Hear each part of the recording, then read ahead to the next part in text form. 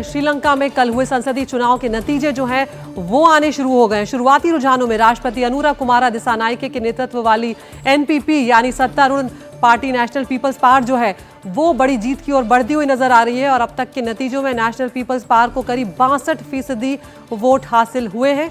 इस हिसाब से उन्हें कुल 196 सीटों में से 35 सीटें जो हैं वो मिल चुकी हैं। मुख्य विपक्षी पार्टी एसजेबी को 18% और पूर्व राष्ट्रपति रानिल विक्रमसिंघे के समर्थन वाली एनडीएफ को 5% वोट मिले।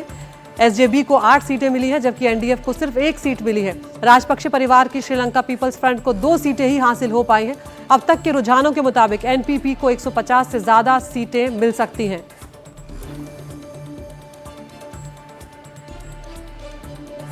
और इस वक्त हमारे साथ खास मेहमान जुड़ रहे हैं बातचीत करने के लिए। सुरेश गोयल है हमारे साथ, पूर्व राजदूत। सुरेश जी, हमने देखा पिछले साल आम चुनाव में, पिछले जो आम चुनाव थे उसमें रानिल विक्रमसिंघे को बड़ा उलटफेर का सामना करना पड़ा था। वामपंथी नेता अनुरा कुमारा दिसानायके जो हैं वो अब दूसरी बार यहाँ पर राष्ट्रपति बनने जा रहे हैं और बड़ी जीत की ओर बढ़ते नजर आ रहे हैं। क्या आपको अब श्रीलंका की राजनीति में बदलता हुआ नजर आ रहा है, क्योंकि काफी वहां पर उलटफेर जो है वो भी देखने को मिला है? जी, देखिए, ऐसा है कि सितंबर में जब अनु दिसानायके राष्ट्रपति बने तो उस टाइम पर उनकी पार्टी का पार्लियामेंट में खाली 3 मेंबर्स थी।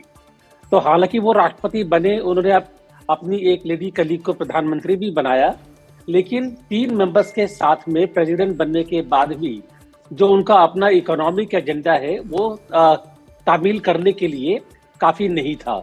तो उन्होंने फौरन ही पार्लियामेंट के इलेक्शन अनाउंस किए थे और अब पार्लियामेंट में इतनी बड़ी उनको मेजोरिटी मिल रही है तो उम्मीद ये है कि इस मेजोरिटी के बाद में जो उनका अपनी पॉलिसी से जो एजेंडा है उसको वो आगे बढ़ाने के लिए कामयाब रहेंगे। तो उम्मीद ये है कि इसके बाद कम से कम कुछ समय के लिए एक बड़ी स्टेबल श्रीलंकन पॉलिटिक्स और सोसाइटी रहेगी, जहां पर कि वो अपने इकोनॉमिक डेवलपमेंट के लिए जो उनको चाहिए, आईएमएफ से सपोर्ट चाहिए इंटरनेशनल, उसके लिए वो आगे बढ़ने की कोशिश कर सकते हैं। जी बिल्कुल। यहाँ पर सर ये भी बताइए कि भारत के लिए दिसानायके का राष्ट्रपति चुना जाना कितना मायने रखेगा, क्योंकि ये बहुत महत्वपूर्ण हमारा पड़ोसी देश है और हमें जिस तरह से चीन और पाकिस्तान के साथ लगातार तनाव की स्थिति बनी रहती है, उसमें इन देशों के साथ हमारे संबंध बेहतर बनाना हमेशा जरूरी है। ये आपका सवाल बहुत महत्वपूर्ण है, ये अच्छा सवाल है ये, क्योंकि अभी कुछ महीने पहले हमारे विदेश मंत्री जयशंकर दिसानायके से मिल चुके हैं।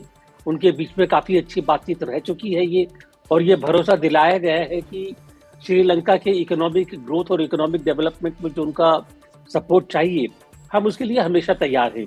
यहाँ पर 2 चीजें जानने वाली है कि एक तो हम जो दिसानायके का कार्यकाल है, हालांकि वो पहले कम्युनिस्ट रहे हैं, हम उनको कम्युनिस्ट के नजरिए से ना देख करके ये उनका मेन मकसद रहेगा श्रीलंका की आर्थिक व्यवस्था, जो पहले विक्रमसिंघे साहब के टाइम पर उभरनी शुरू हुई थी, लेकिन फिर भी काफी दिक्कतें थी ये। तो उस इकोनॉमिक व्यवस्था को सुधारने के लिए दिसानायके साहब को भारत का भी सपोर्ट चाहिए, और ये कहना कोई ज्यादा नहीं हुआ कि वो चीन की तरफ भी देखेंगे कि अगर वो श्रीलंका में निवेश कर सके, उनके जो मदद कर सके। और दूसरी बात यह है कि आईएमएफ में दोनों ही चाइना का और भारत का काफी अहम रोल है। तो मैं ये कहूंगा कि हमको ये देखना होगा कि दिसानायके साहब वो चीन के साथ में कितना आगे बढ़ते हैं। बिल्कुल। मुझको नहीं लगता है, जो मेरा अपना असेसमेंट है ये, कि वो जो भी करेंगे चीन के साथ में सहयोग, भारत की जो सेंसिटिविटीज हैं, स्ट्रेटेजिक एरिया से सिक्योरिटी के जो हमारे कंसर्न हैं, उनको ध्यान में रखेंगे, क्योंकि उनको भारत के सहयोग की भी उतनी ही जरूरत है। बिल्कुल। और सुरेश जी, यहाँ पर ये बात भी शायद गौर करने वाली होगी कि 2022 का जिस तरह का आर्थिक संकट आया था, उसमें भारत ने बिना मदद मांगे जिस तरह से सहयोग किया था, वो अपने आप में बहुत बड़ी बात थी। तो शायद उसे वहां के नेता जो हैं वो ना भूलें। बिल्कुल सही बात है ये। देखिए, राजनीति और कूटनीति में ये जो यादें हैं बड़ी अहम होती हैं, और कई बार थोड़ी जितनी हम समझते हैं उतना शायद काम नहीं करती हैं। हमें वर्तमान को देखना होगा, हमें देखना होगा उनकी जरूरतें क्या हैं, उनकी जरूरतों के मुताबिक अगर हम और अपने जो सिक्योरिटी एरिया जो हमारी रिक्वायरमेंट है अगर हम उनको मिलकर के काम कर सके तो श्रीलंका के लिए वो बहुत महत्वपूर्ण होगा और मेरा ख्याल है ये हो पाएगा, संभव है ये, और भारत भी जानता है ये चीज को। बिल्कुल। सुरेश गोयल जी, आप बने रहिए हमारे साथ। तो यहाँ पर अनुरा कुमारा दिसानायके जो है वो दूसरी बार राष्ट्रपति बनने यहाँ पर जा रहे हैं। अगली खबर का हम यहाँ पर रुक कर रहे हैं। प्रधानमंत्री नरेंद्र मोदी एक और बड़ी यात्रा पर वो शुरू कर रहे हैं कल से, जहाँ पर वो 3 देशों की यात्रा करेंगे। नाइजीरिया होगा उसमें, ब्राज़ील होगा उसमें, और ऐसे में ये देखना बहुत महत्वपूर्ण होगा गुयाना का भी दौरा करने जा रहे हैं कि इस यात्रा में क्या कुछ खास देखने को मिलेगा, किस तरह के समझौते होंगे। 17 सालों के बाद किसी भारतीय प्रधानमंत्री का ये पहला नाइजीरिया का दौरा होने जा रहा है। इस यात्रा के दौरान प्रधानमंत्री भारत और नाइजीरिया के बीच रणनीतिक साझेदारी की समीक्षा करेंगे। वहां पर एक भारतीय समुदाय के सम्मेलन को भी वो संबोधित करेंगे और उसके बाद 18-19 नवंबर को ब्राजील वो वहां पर पहुंचेंगे, जहां पर G20 शिखर सम्मेलन जो है उसमें हिस्सा लेंगे। सुरेश गोयल जी हमारे साथ यहाँ पर बने हुए हैं। सुरेश जी, ये बहुत बड़ी बात है कि प्रधानमंत्री मोदी इस तरह के इनिशिएटिव्स यहाँ पर वो ले रहे हैं कि 17 सालों के बाद नाइजीरिया की यात्रा में कोई प्रधानमंत्री जो है वो जा रहे हैं यहाँ पर। किस तरह से इस यात्रा को आप देख रहे हैं, और क्योंकि रणनीतिक रूप से कई साझेदारियाँ, कई महत्वपूर्ण अग्रीमेंट्स जो है वो यहाँ पर हो सकते हैं। जी देखिए, दो पहलू मैं फिर कहूंगा यहाँ पर है। अगर हम देखें बायलैटरल के नजरिए से, तो हालांकि ये बात सही है कि प्रधानमंत्री 17 साल के बाद दौरे पर जा रहे हैं, लेकिन अगर जो विजिटों का आदान प्रदान हुआ है भारत और नाइजीरिया के बीच में, मैं ये कहूँगा कि ठीक है। वो ऐसा नहीं है कि हमारे यहाँ से मंत्री नहीं गए हैं, पहले उपराष्ट्रपति भी जा चुके हैं, नाइजीरिया के राष्ट्रपति यहाँ पर आ चुके हैं। एक तो बायलैटरल तौर पर मैं समझता हूँ कि हमारा सहयोग अच्छा है, कल्चरल में भी। हम जो है ऑयल जितना पहले उनसे खरीदते थे वो कम हो गया है, उसकी 2-3 वजह है, वो जिक्र बाद में कर सकते हैं हम।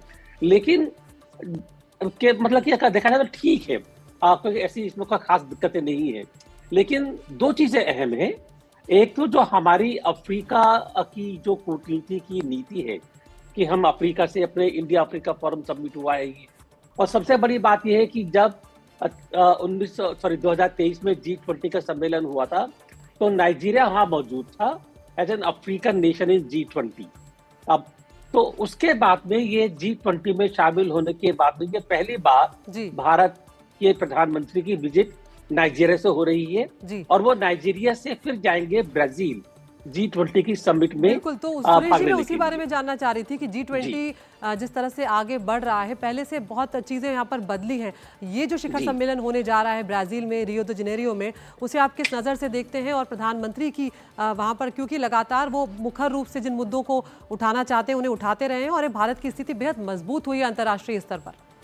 जी, फिर आपने ये काफी अच्छा सवाल पूछा है ये G20 के बारे में, क्योंकि कुछ अरसे से G20 ब्रिक्स वगैरह को लेकर के इंटरनेशनल लेवल पर काफी सवाल खड़े हो रहे हैं।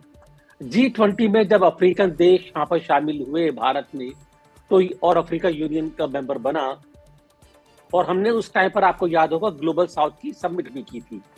तो एक तरह से कहा जा रहा है कि भारत और चीन भी एक तरह से ग्लोबल साउथ का मोड़ देने की कोशिश कर रहे हैं कि इसमें ग्लोबल साउथ की आवाज को सुना जाए, और उसमें नाइजीरिया और भारत का सहयोग काफी अहम रहेगा। ये तो हमें कोशिश ये करनी है कि बजाय G20 को एक खाली ग्लोबल साउथ की वॉइस के अलावा देखने के अलावा ये देखा जाए कि G20 में ग्लोबल साउथ और डेवलप्ड कंट्रीज में जो कोऑपरेशन चाहिए, चाहे वो क्लाइमेट के इश्यूज हो, चाहे वो ट्रेड के इश्यूज हो, या फाइनेंशियल ट्रांसफर्स के इश्यूज हो, काफी सारे इश्यूज हैं, उनके बारे में बातचीत ठीक से हो पाए। बहुत बहुत शुक्रिया सुरेश गोयल जी आपका। यहाँ पर तो प्रधानमंत्री 16 से 21 नवंबर के बीच में नाइजीरिया, ब्राजील और गुयाना जो है उसका दौरा करने जा रहे हैं। बहुत महत्वपूर्ण ये दौरा माना जा रहा है।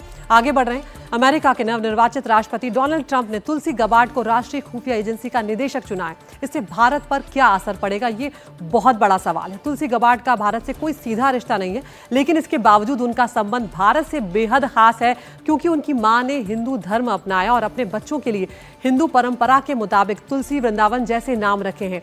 पार्टी बदलने के बावजूद तुलसी के विचार भारत और भारतीयों को लेकर शुरू से एक जैसे रहे। खास रिपोर्ट आपको दिखाते हैं।